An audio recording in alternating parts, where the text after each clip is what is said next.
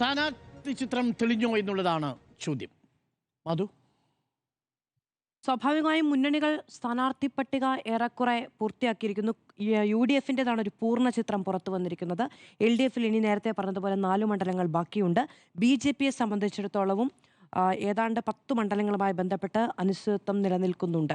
അപ്പോൾ അതൊന്ന് പറഞ്ഞു തുടങ്ങാം എന്നാണ് ഞാൻ വിചാരിച്ചത്. പക്ഷേ നോക്കൂ, നമ്മളൊരു 5 ഘട്ടങ്ങൾ എന്ന നിലയ്ക്ക് നോക്കുകയാണെങ്കിൽ സംസ്ഥാനത്തെ ഒരു തെരഞ്ഞെടുപ്പിൻ്റെ ചിത്രം, സ്ഥാനാർത്ഥി ചിത്രം എന്നതിനപ്പുറത്ത് തെരഞ്ഞെടുപ്പിൻ്റെ ചിത്രം നോക്കുകയാണെങ്കിൽ തദ്ദേശ തെരഞ്ഞെടുപ്പിന് മുൻപുള്ള ഒരു സാഹചര്യമുണ്ട്. തദ്ദേശ തെരഞ്ഞെടുപ്പിന് മുമ്പ് ഈ നിലയ്ക്കാണ് കേരള രാഷ്ട്രീയം വിധി എഴുതാൻ പോകുന്നത് എന്ന വലിയ പ്രവചനങ്ങളൊന്നും ഉണ്ടായിരുന്നില്ല. തദ്ദേശ തെരഞ്ഞെടുപ്പ് കഴിഞ്ഞ് 2ാം ഘട്ടം വരുന്നുണ്ട്. UDF-ന് ഒരു എഡ്ജ് കിട്ടി, പ്രതിപക്ഷം വലിയ ആവേശത്തിലേക്ക് വരുന്നുണ്ട്. അതിനുശേഷം സംഭവിക്കുന്നത് എന്താണെന്ന് വെച്ചിട്ടുണ്ടെങ്കിൽ വികസന പ്രഖ്യാപനങ്ങൾ, അത് തദ്ദേശ തെരഞ്ഞെടുപ്പിന് തൊട്ട് മുമ്പും ഉണ്ടായിട്ടുണ്ട് ക്ഷേമ പദ്ധതികളുടെ പ്രഖ്യാപനം. അതിനുശേഷം വികസന പ്രവർത്തനങ്ങളുടെ ഉദ്ഘാടനങ്ങൾ, അതിലേക്കാണ് സർക്കാർ കോൺസെൻട്രേറ്റ് ചെയ്യുന്നത്. വികസന പ്രവർത്തനങ്ങൾക്ക് തുടർച്ച വേണമെങ്കിൽ ഞങ്ങൾക്ക് വോട്ട് ചെയ്യണം. 10 വർഷം മുമ്പുള്ള UDF-ൻ്റെ ഭരണകാലത്ത് എന്തൊക്കെയായിരുന്നു സംസ്ഥാനത്ത് ഉണ്ടായിരുന്ന സാഹചര്യങ്ങൾ എന്നതടക്കമുള്ള പ്രചാരണത്തിൻ്റെ ഒരു വലിയ ഘട്ടം വരുന്നുണ്ട്. ശേഷം ഈ തെരഞ്ഞെടുപ്പ് പ്രഖ്യാപിക്കപ്പെടുന്നു. സ്ഥാനാർത്ഥികളുമായി ബന്ധപ്പെട്ട വലിയ വിവാദങ്ങൾ LDF-ലും UDF-ലും ഉണ്ടാകുന്നു. ഇപ്പോൾ സംഭവിക്കുന്നത് എന്താണെന്ന് വെച്ചാൽ അടുത്ത ഘട്ടത്തിലേക്ക് നമ്മൾ കടന്നിരിക്കുന്നു എന്നുള്ളതാണ്. അത് സ്ഥാനാർത്ഥി ചിത്രം കൂടി തെളിഞ്ഞിരിക്കുന്നു. തിരഞ്ഞെടുപ്പ് പ്രചാരണം ഇനി 1-2 ദിവസം മാത്രമേ ഉള്ളൂ നാമനിർദ്ദേശ പത്രിക പൂർത്തീകരിക്കാൻ. സ്വാഭാവികമായും അത് പൂർത്തീകരിച്ച് മുന്നണികൾ അടുത്ത ഘട്ടത്തിലേക്ക് കടക്കുകയാണ്. അതായത് ഡയറക്റ്റ് ഫൈറ്റ് എന്നൊരു സാഹചര്യത്തിലേക്ക്, ഈ ഒരു ഘട്ടത്തിലേക്ക് നമ്മൾ കടക്കുകയാണ്. അപ്പോൾ ഈ 5 ഘട്ടങ്ങൾ നമ്മൾ പൂർത്തിയാക്കിയിരിക്കുന്നു. ഇനി സംസ്ഥാനത്തെ ഒരു സ്ഥാനാർത്ഥികളുടെ ചിത്രം പരിശോധിക്കുകയാണെങ്കിൽ ഇപ്പോൾ 100 സീറ്റുകൾ നേടി അധികാരത്തിൽ വരും എന്ന് ഇന്ന് VD സതീശൻ പറഞ്ഞിരിക്കുന്നു. ഈ ഒരു കുറച്ച് ദിവസങ്ങളായിട്ട് അത് കേൾക്കുന്നുണ്ടായിരുന്നില്ല. കാരണം അങ്ങനെ രാഷ്ട്രീയം പറയാൻ കഴിയുന്ന ഒരു സാഹചര്യം അദ്ദേഹത്തിന് മുന്നിലോ ആ മുന്നണിക്ക് മുന്നിലോ ഉണ്ടായിരുന്നില്ല. പക്ഷേ നോക്കൂ, ഈ കഴിഞ്ഞ 3-4 ദിവസത്തെ പ്രക്ഷുബ്ധതകൾക്ക് ശേഷം UDF അതിൻ്റെ ട്രാക്കിലേക്ക് തിരികെ വന്നിരിക്കുന്നു എന്ന് പറയേണ്ടി വരും. അത്രമേൽ ഈ ആഭ്യന്തര സംഘർഷങ്ങളൊക്കെ മാറിയിരിക്കുന്നു. സുധാകരൻ ഇന്ന് മാധ്യമങ്ങളെ കാണുന്ന സമയത്തൊക്കെ BJP-യിലേക്ക് പോകുമോ എന്ന ചോദ്യത്തെ അഭിമുഖീകരിക്കുന്നുണ്ട്. പ്രചാരണത്തിന് പോകുമോ എന്ന ചോദ്യത്തെ അഭിമുഖീകരിക്കുന്നുണ്ട്. പ്രചാരണത്തിന് പോകുമെന്ന് തന്നെയാണ് അദ്ദേഹം പറയുന്നത്. പേരാവൂരിലേക്കടക്കം സുധാകരൻ പോകും എന്നുള്ളതാണ് മനസ്സിലാക്കാൻ കഴിയുന്നത്. ഒക്കെ ശരി. പക്ഷേ കുറച്ച് നിമിഷങ്ങൾക്ക് മുമ്പ് അദ്ദേഹം മാധ്യമങ്ങൾക്ക് നൽകിയ ഒരു അഭിമുഖത്തിൽ പറയുന്ന കാര്യം 3.0യുമായി ബന്ധപ്പെട്ടാണ്. 3.0 വന്നേക്കുമോ എന്ന ചോദ്യത്തിന് വരാൻ സാധ്യതയില്ല എന്നാണ് പറയുന്നത്. ഉറപ്പില്ലേ എന്ന ചോദ്യത്തിന് ഉറപ്പില്ല എന്ന് പറയുന്നു. അതായത് 3ാം പിണറായി സർക്കാർ അധികാരത്തിൽ വരില്ല എന്ന് ഉറപ്പില്ലേ എന്ന് ചോദിക്കുമ്പോൾ കേരളത്തിലെ ഏറ്റവും പ്രധാനപ്പെട്ട കോൺഗ്രസ് നേതാക്കളിൽ ഒരാളായ സുധാകരൻ പറയുന്നത് ഉറപ്പില്ല എന്നാണ്. UDF-ന് ആ ഉറപ്പുണ്ടല്ലോ എന്ന് ചോദിക്കുമ്പോൾ UDF-നുണ്ടാകും, എനിക്കില്ല എന്ന് പറയുന്നു. ഈ സാഹചര്യം ഞാൻ കുറച്ച് പുറകിലേക്ക് പ്ലേസ് ചെയ്യാൻ തീരുമാനിക്കുകയാണ്. ഇതുപോലെയുള്ള കാര്യങ്ങൾ വിളിച്ചു പറയുന്ന സുധാകരനാണ് KPCC അധ്യക്ഷ സ്ഥാനത്ത് നിന്ന് മാറി നിൽക്കണമെന്ന് കോൺഗ്രസിലെ ഒരു വിഭാഗം നേതാക്കൾ തീരുമാനമെടുത്തത്. എത്രയെത്ര വിവാദങ്ങളാണ് സുധാകരൻ ഉണ്ടാക്കിയെടുത്തത്. ശരിയാണ്, അദ്ദേഹത്തിൻ്റെ ലെഗസിക്കോ അദ്ദേഹം കോൺഗ്രസിന് വേണ്ടി കഷ്ടപ്പെട്ട ദിനങ്ങളെ ഒന്നും നമ്മൾ മാറ്റിവെക്കുന്നില്ല. പക്ഷേ സുധാകരൻ്റെ രാഷ്ട്രീയ പരാമർശങ്ങളിൽ പലയിടങ്ങളിൽ വീഴ്ച തുടർക്കഥയായ സമയത്താണ് KPCC അധ്യക്ഷ സ്ഥാനത്ത് നിന്ന് അദ്ദേഹം മാറി നിൽക്കണം എന്ന തീരുമാനം കോൺഗ്രസിലെ കുറച്ച് നേതാക്കൾ എടുക്കുന്നത്. ഇന്ന് ഈ വിവാദങ്ങളൊക്കെ കഴിഞ്ഞു വന്ന് അദ്ദേഹം മാധ്യമങ്ങളോട് നടത്തുന്ന ചില പ്രതികരണങ്ങളിൽ ഒന്ന് വളരെ ക്ലിയർ ആയ ഒരു പ്രതികരണം, ഒരു കോൺഗ്രസ്സുകാരൻ എന്ന നിലയ്ക്കുള്ള പ്രചാരണം ഏറ്റെടുക്കുമെന്ന തരത്തിലുള്ള പ്രതികരണം ഉണ്ടാകുന്നുണ്ട്. കുറച്ച് മണിക്കൂറുകൾക്ക് ഇപ്പുറത്ത് 3.0 ചിലപ്പം വന്നേക്കും, എനിക്ക് ഉറപ്പൊന്നുമില്ല എന്ന പ്രതികരണം നടത്തുന്നുണ്ട്. ഇതാണ് സുധാകരൻ. ഈ സുധാകരന് വേണ്ടിയിട്ടാണ് കോൺഗ്രസ് ഈ കഴിഞ്ഞ കുറച്ച് ദിവസങ്ങളിൽ ഇത്രയും മേൽ പ്രക്ഷുബ്ധമായ ഒരു കടൽ നീന്തി കടന്നത് എന്നുള്ളത് ഞാൻ അത്ഭുതത്തോടു കൂടി നോക്കിക്കാണുന്നു. ഇനി വിമത പ്രഖ്യാപനങ്ങൾ. നുസൂർ ഇന്ന് യൂത്ത് കോൺഗ്രസിന്റെ പ്രധാനപ്പെട്ട നേതാവാണ്, മുൻ വൈസ് പ്രസിഡന്റാണ്. അദ്ദേഹം പറയുന്നു ഏറ്റവും വലിയ വർഗീയ പാർട്ടിയാണ് കോൺഗ്രസ് എന്നുള്ളത്. ആ തിരിച്ചറിവ് എപ്പോഴാണ് ഉണ്ടാകുന്നത് എന്നുള്ളതൊരു ചോദ്യമാണ്. ഇത്രയും കാലം തദ്ദേശ തെരഞ്ഞെടുപ്പ് നടന്ന സമയത്ത് അദ്ദേഹത്തിന് ബുദ്ധിമുട്ടുണ്ടായിരുന്നില്ല. ഡീല് നടന്നിട്ടുണ്ട് എന്ന കാര്യത്തിൽ, തിരുവനന്തപുരം കോർപ്പറേഷൻ അടക്കം ഡീല് നടന്നിട്ടുണ്ട് എന്ന കാര്യത്തിൽ അദ്ദേഹത്തിന് അറിവുണ്ടായിരുന്നെങ്കിൽ അത് അദ്ദേഹത്തിന് പറയേണ്ടി വരുന്നില്ല. അങ്ങനെയുള്ള കാര്യങ്ങളൊക്കെ കഴിഞ്ഞതിന് ശേഷം ഇന്ന് അദ്ദേഹം പറയുകയാണ്, നേമത്ത്, വട്ടിയൂർക്കാവിൽ, അരുവിക്കര, തിരുവനന്തപുരം സെൻട്രൽ, ഈ 4 ഇടങ്ങളിൽ ഡീല് നടക്കുന്നുണ്ട്. നേമത്ത് അനുകൂലമായി കോൺഗ്രസ് വോട്ട് കുത്തും, മറ്റിടങ്ങളിൽ കോൺഗ്രസിന് അനുകൂലമായി BJP വോട്ട് കുത്തും എന്നാണ് അദ്ദേഹം പറയുന്നത്.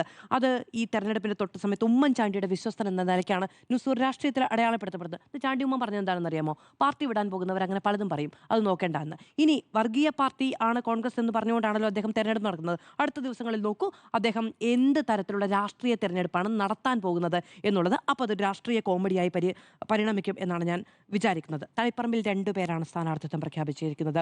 വിമത സ്ഥാനാർത്ഥിത്വം. ഒന്ന് KPCCയുടെ അംഗമാണ് കൊയ്യം ജനാർദ്ദനൻ, മറ്റൊന്ന് യൂത്ത് കോൺഗ്രസിന്റെ ഭാഗമായ ആളാണ് വിജിൽ മോഹൻ. യെസ്. അപ്പോൾ അങ്ങനെ നടക്കുന്നു. ഇനി ഈ 5 ഘട്ടങ്ങളെക്കുറിച്ച് ഞാൻ നേരത്തെ പറഞ്ഞല്ലോ. ഇതൊക്കെ കഴിഞ്ഞ് സ്ഥാനാർത്ഥി നിർണ്ണയവും കഴിഞ്ഞ ഒരു ഡയറക്റ്റ് ഫൈറ്റിലേക്ക് പോകുന്ന സമയത്ത് എനിക്കുള്ളൊരു വിശ്വാസം എന്താണെന്ന് വെച്ചിട്ടുണ്ടെങ്കിൽ കൃത്യമായ രാഷ്ട്രീയ പോരാട്ടമായിരിക്കും കേരളത്തിൽ നടക്കുക എന്നുള്ളതാണ്. നമ്മുടെ സമൂഹം വളരെ ഷോർട്ട് മെമ്മറി ഉള്ളൊരു സമൂഹമാണ്. ഇപ്പോൾ ഞാൻ വിചാരിക്കുന്നത്, ഇപ്പം നവകേരള യാത്രയുമായി ബന്ധപ്പെട്ട സമയത്ത് ഈ രക്ഷാപ്രവർത്തനമൊക്കെ നടക്കുന്ന സമയത്ത് ഒരു തെരഞ്ഞെടുപ്പ് ഉണ്ടായിട്ടുണ്ടെങ്കിൽ കേരളം എങ്ങനെ വിധി എഴുതുമായിരുന്നു എന്നാണ് നിങ്ങൾ ചിന്തിക്കുന്നത്. അതിനുശേഷം വികസന പ്രഖ്യാപനങ്ങൾ വലിയ തോതിൽ വന്ന സമയത്ത് ആ സമയത്ത് ഒരു തെരഞ്ഞെടുപ്പ് നടക്കുകയാണെങ്കിൽ അതിന് നേരെ ഓപ്പോസിറ്റായിട്ട് ഒരു വിധി എഴുത്തായിരിക്കും ഉണ്ടാക്കുന്നത്. 20 ദിവസം മുന്നിലുണ്ടെങ്കിൽ അത് വളരെ നിർണായകമായ ഒന്നായിരിക്കും. ഞാൻ വളരെ ആകാംക്ഷയോടുകൂടി കാത്തിരിക്കുന്നുണ്ട് എന്താണ് ഈ 20 ദിവസം നടക്കാൻ പോകുന്നത്, എന്തായിരിക്കും ഈ തെരഞ്ഞെടുപ്പിനെ സ്വാധീനിക്കാൻ പോകുന്നത് എന്നുള്ളത്. കാരണം തെരഞ്ഞെടുപ്പുണ്ടായിരുന്നു, അത് പ്രതിഫലിക്കുകയും ചെയ്തു തദ്ദേശ തെരഞ്ഞെടുപ്പിൽ. പക്ഷെ ആ തദ്ദേശ തെരഞ്ഞെടുപ്പിലുള്ള എഡ്ജ് ഈ വിവാദങ്ങൾക്ക് ശേഷം കോൺഗ്രസിന് ഉണ്ടാകുമോ എന്നുള്ളത് ചിന്തിക്കേണ്ട കാര്യമാണ്. ഈ 20 ദിവസം കൂടുതൽ നിർണായകമാകും എന്നാണ് ഞാൻ വിചാരിക്കുന്നത്. ഇനി ഒരു നുണബോംബിനും തകർക്കാൻ കഴിയില്ല UDFനെ എന്നിന്ന് പ്രതിപക്ഷ നേതാവ് പറയുന്നുണ്ട്. എന്തായിരുന്നു നുണബോംബ്? സുധാകരനുമായി ബന്ധപ്പെട്ടുള്ള പ്രശ്നങ്ങൾ ഒരു നുണബോംബായിരുന്നോ? സുധാകരൻ തന്നെ ഞാൻ മത്സരിക്കും എന്ന് 3 തവണ പറഞ്ഞിട്ടല്ലേ ഡൽഹിക്ക് വണ്ടി കയറിയത്. അതിനുശേഷം അദ്ദേഹം ഈ പാർട്ടിയെ മുൾമുനയിൽ നിർത്തിയിട്ടുള്ള മണിക്കൂറുകൾ നമുക്ക് ഓർമ്മയില്ല. ഇതൊന്നും സുധാകരനെ ബാധിച്ചിട്ടില്ല, സുധാകരന്റെ തീരുമാനമല്ല എന്നാണ് പറയുന്നത്. സുധാകരൻ ഇന്ന് കണ്ണൂരിൽ TO മോഹനോട് സംസാരിച്ചത് എന്താണ്? ഞാൻ വാക്ക് പാലിച്ചു എന്നാണ്. അപ്പൊ എന്ത് വാക്കാണ് അദ്ദേഹം പാലിച്ചത്? അദ്ദേഹത്തിന്റെ വാക്ക് മത്സരിക്കുമെന്നുള്ളതായിരുന്നല്ലോ. അപ്പൊ ഇപ്പൊ അദ്ദേഹം മത്സരിക്കുന്നില്ല, അപ്പൊ അദ്ദേഹം വാക്ക് പാലിച്ചു. അപ്പൊ മാധ്യമങ്ങളുടെ നുണബോംബ് എന്താണ് എന്ന് പ്രതിപക്ഷ നേതാവ് ഒന്ന് പറഞ്ഞാൽ കൊള്ളാം. ഇനി അടൂർ പ്രകാശ് ഇന്ന് എന്താ പറഞ്ഞത്? അടൂർ പ്രകാശ് എന്ന് പറഞ്ഞത് എനിക്ക് റാന്നിയിൽ മത്സരിക്കണമെന്ന് ആഗ്രഹം ഉണ്ടായിരുന്നു എന്നാണ്.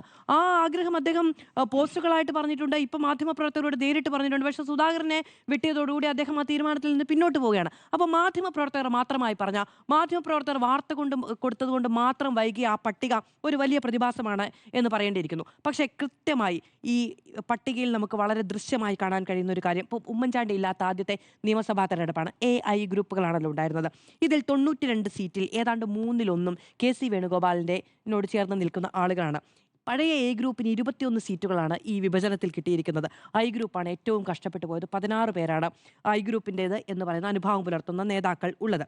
ഇനി LDFുമായി സംബന്ധിച്ച് നേരത്തെ പറയല്ലോ, സ്മിത ചേച്ചിയും പറഞ്ഞതാണ്. അപ്പോൾ 4 ഇടത്താണ് ആ പ്രശ്നമുള്ളത്. ഡോക്ടർ അരുൺകുമാറും പറഞ്ഞതാണ്.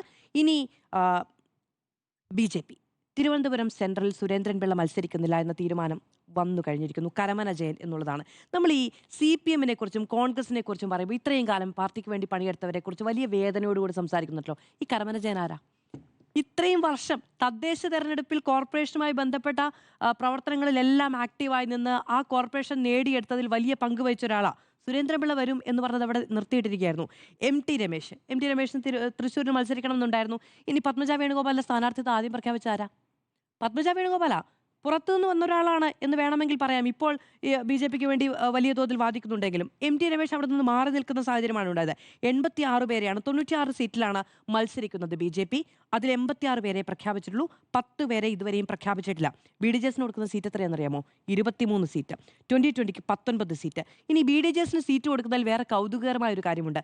2 തെരഞ്ഞെടുപ്പുകൾക്ക് മുമ്പ് BDJസുമായിട്ട് ഒരുമിച്ച് മത്സരിച്ച സമയത്ത് എല്ലായിടത്തും അവർക്ക് വലിയ വോട്ട് വർധനയുണ്ടായി. തൊട്ടടുത്ത തവണ BDJസിനെ മാറ്റി നിർത്തി മത്സരിച്ചപ്പം ഈ ഓരോ മണ്ഡലങ്ങളിലും വോട്ട് ശതമാനം വലിയ തോതിൽ കുറയുന്ന സാഹചര്യമുണ്ടായി. അതുകൊണ്ടാണ് വീണ്ടും BDJസിലേക്ക് പോകുന്നതും അവർക്ക് ഈ സീറ്റ് കിട്ടുകയും ചെയ്യുന്നത്. നോക്കൂ, 92 സീറ്റിലാണ് കോൺഗ്രസ് മത്സരിക്കുന്നത്. 96 സീറ്റിലാണ് UDF മത്സരിക്കുമ്പോൾ എങ്ങനെയാ? അപ്പുറത്ത് ലീഗ് നിൽക്കുന്നുണ്ട്, അത്രയും വലിയൊരു പാർട്ടി. കേരള കോൺഗ്രസ് നിൽക്കുന്നുണ്ട്. പക്ഷെ BDJS എന്ന് പറയുന്ന ഒരൊറ്റ ഘടകകക്ഷിക്ക് ഇത്രയധികം 23 സീറ്റുകൾ കൊടുക്കുന്ന ഒരു മുന്നണി സമവാക്യത്തിനാണ് NDA പോയിരിക്കുന്നത്. അടൂരിൽ സീറ്റ് ആർക്ക് കൊടുക്കണം തീരുമാനിച്ചിട്ടില്ല. തിരുവനന്തപുരം സെൻട്രൽ കരമന ജയിലിലേക്ക് എത്തുന്നുണ്ട്. പുതുപ്പള്ളിയിൽ ആർക്ക് വേണം തീരുമാനിച്ചിട്ടില്ല. ആർക്കും പട്ടിക വേണ്ടേ? കഴിഞ്ഞ ദിവസങ്ങളിലൊക്കെ പട്ടിക 2 സീറ്റിൽ ഇതുവരെ തീരുമാനമായിട്ടില്ല എന്ന് പറഞ്ഞ് ഈ നാട്ടിൽ എന്തൊരു ബഹളമായിരുന്നു. BJPയുടെ പട്ടിക വരാത്തതിൽ ആർക്കും ഒരു ബുദ്ധിമുട്ടുമില്ല, ആർക്കും ഒരു ചോദ്യവുമില്ല, ഈ പ്രശ്നങ്ങളില്ല. അയ്യോ ജനാധിപത്യം വെള്ളത്തിലായി എന്നുള്ള നിലവിളിയും കേൾക്കാൻ പറ്റുന്നില്ല എന്നുള്ളതാണ്. വന്നിട്ട് കാര്യമില്ല എന്നുള്ളതുകൊണ്ടായിരിക്കും. ഓക്കെ, മഞ്ചേശ്വരത്ത് ഇപ്പോൾ K സുരേന്ദ്രൻ ഇന്ന് പറഞ്ഞ വേറൊരു കാര്യം കൂടി പറഞ്ഞ് ഞാനിതൊക്കെ നിർത്താം. അതായത് കേന്ദ്രം ഭരിക്കുന്ന BJP ആണല്ലോ. അപ്പോൾ മഞ്ചേശ്വരത്ത് ജയിക്കുകയാണെങ്കിൽ ഈ ഡബിൾ എഞ്ചിനൊക്കെ വരുമ്പോഴത്തേനും വലിയ സ്വാധീനമുണ്ടാകും, വലിയ വികസന പ്രവർത്തനങ്ങളൊക്കെ ഉണ്ടാകും എന്നാണ് പറയുന്നത്. തൃശ്ശൂരിൽ അങ്ങനെ ഒരു ജയം ഉണ്ടായിരുന്നു. എയിംസ് എന്ന് ചോദിക്കാൻ പറ്റില്ല. നാട്ടിൽ മുഴുവനും എയിംസ് സ്ഥാപിക്കുന്ന ഒരു പ്രശ്നം ഉണ്ടാവുകയാണ്. പിന്നെ ബജറ്റ് ഒന്ന് ചോദിക്കാൻ പറ്റില്ല. ഇനി എന്തെങ്കിലും ഒന്ന് ചോദിക്കാൻ പറ്റുമോ? വീട്ടിൽ നിന്ന് ഇറങ്ങുന്ന സമയത്ത് വീട്ടിലെ കാര്യം ചോദിക്കണം, നാട്ടിൽ നിൽക്കുന്ന സമയത്ത് നാട്ടിലെ കാര്യം ചോദിക്കണം, അമ്മയെ പോയിട്ടുണ്ടെങ്കിൽ അവിടുത്തെ കാര്യം ചോദിക്കണം എന്ന നിലയ്ക്കാണ് അദ്ദേഹം പറയുന്നത്. ഇന്നിപ്പോൾ ഈ പെട്രോളിയം പ്രീമിയം പെട്രോളിൻ്റെ വില വർദ്ധിച്ച ദിവസമാണ്. LPGയുടെ വലിയ പ്രശ്നം നിലനിൽക്കുന്നുണ്ട്. അദ്ദേഹത്തോട് ചോദിച്ചപ്പോൾ എന്താ പറയുന്നത് അറിയോ? മന്ത്രാലയത്തിൽ വന്ന് ചോദിക്കണം എന്ന്. അപ്പോൾ ഇതൊന്ന് ആലോചിച്ച് നോക്കുക. ഒരു കേന്ദ്രമന്ത്രി പറയുകയാണ് അവിടെ വന്ന് ചോദിക്കണം, ഇവിടെ വന്ന് ചോദിക്കണം. അല്ലാതെ റോഡ് സൈഡിൽ വെച്ച് സംസാരിക്കാൻ കഴിയില്ല. പൊതുപ്രവർത്തകനാണ്. അതായത് ഈ റോഡ് സൈഡിൽ നിൽക്കുന്ന മനുഷ്യരുടെ വോട്ട് വാങ്ങിയിട്ടാണല്ലോ ഇദ്ദേഹം ജയിച്ചു പോകുന്നത്. ആ റോഡ് സൈഡിൽ വെച്ച് ജനങ്ങൾക്കൊക്കെ അദ്ദേഹത്തോട് സംസാരിക്കാൻ കഴിയില്ല. ചോദിക്കുന്ന ചോദ്യങ്ങൾക്ക് മുഴുവൻ സെൻസർഷിപ്പ് ഉണ്ട് എന്ന നിലയ്ക്കാണ്. അപ്പോൾ മഞ്ചേശ്വരത്ത് ഇനി ഒരു സീറ്റ് കിട്ടിയിട്ടുണ്ടെങ്കിൽ എങ്ങനെയായിരിക്കും പ്രതികരണം എന്നുള്ള കാര്യം വളരെ കൗതുകമാണ്. ഇനി കൊണ്ടുവരാമെന്ന് ഇതുവരെ പറഞ്ഞ കാര്യങ്ങളൊന്നും കൊണ്ടുവന്നിട്ടുമില്ല. ഇനി തെരഞ്ഞെടുപ്പ് കൺവെൻഷനിൽ വന്നിട്ട് ഒരു കാര്യം പ്രഖ്യാപിച്ചിട്ടുമില്ല. ബജറ്റിലാകെ തന്നത് ഈ പറയുന്ന ആമവികസനം അടക്കമുള്ള കാര്യങ്ങളുമാണ്. ഡബിൾ എഞ്ചിൻ വരണമെന്നാണ് പറയുകയും ചെയ്തത്.